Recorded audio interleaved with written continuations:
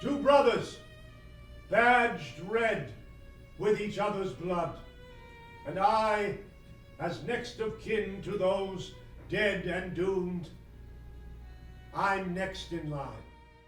King Creon is the brother of Oedipus's wife, and he's an uncle to Oedipus's 4 children, 2 boys and 2 girls. At the beginning of the play, they both died in battle, and so now I have assumed the throne.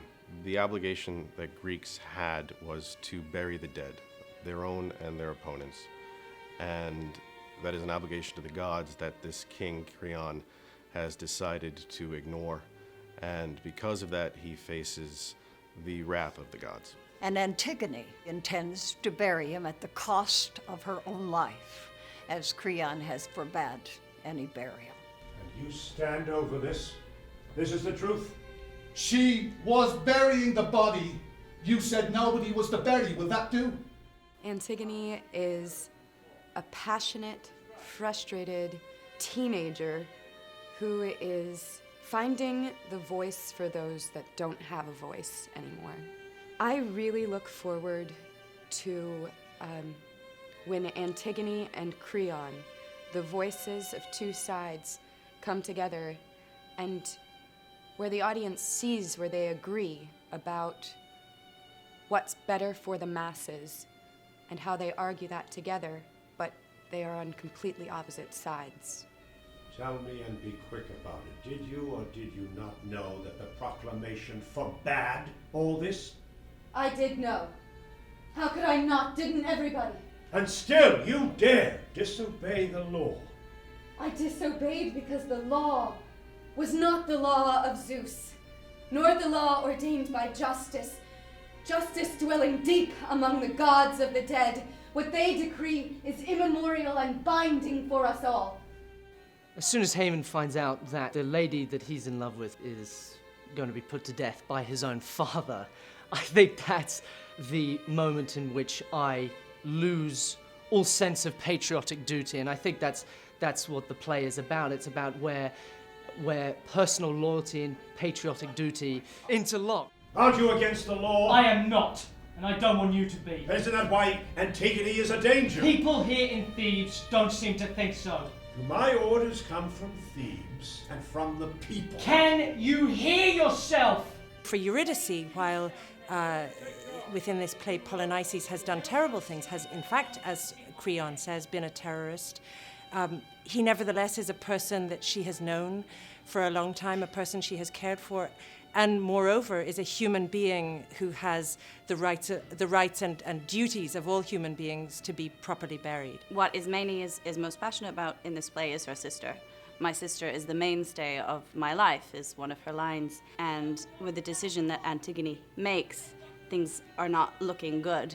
Blood under Maenad's nails, on the mountain path, cries on the wind, weeping heard in the palace. Whoever has been spared the worst is lucky. Seamus Heaney's text of this ancient and beloved play is new and special and modern and has such torque. Heaney has this balancing act between heightened language and very colloquial phrases, and he sometimes has them juxtaposed right next to one another. It's very down to earth. It's very earthy. I went straight to my Irishness, my Dublin even. But it was a reaction to the war in Iraq. I mean, it is a power struggle. And the line that sticks out to me with reference to Iraq is, "No blood on my hands."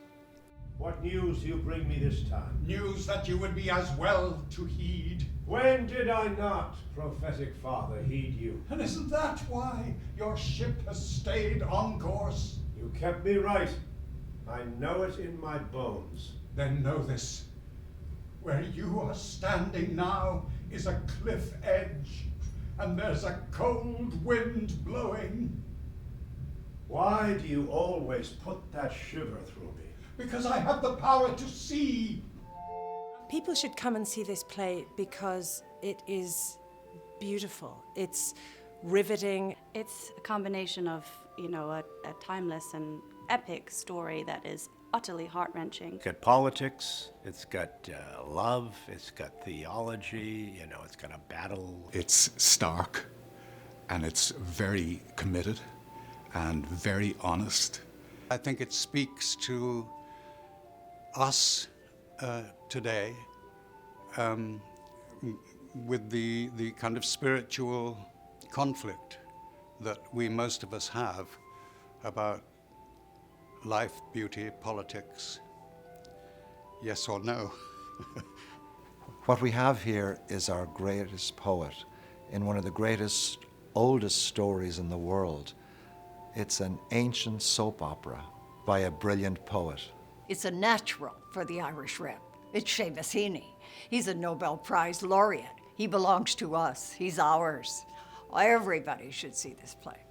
When he yields to his gods, when truth is the treadle of his loom and justice the shuttle, he will be shown respect. The city will reward him. But let him once overstep what the city allows, tramp down right, or treat the law willfully as his own word. Then let this wonder of the world remember, he will have put himself beyond the pale.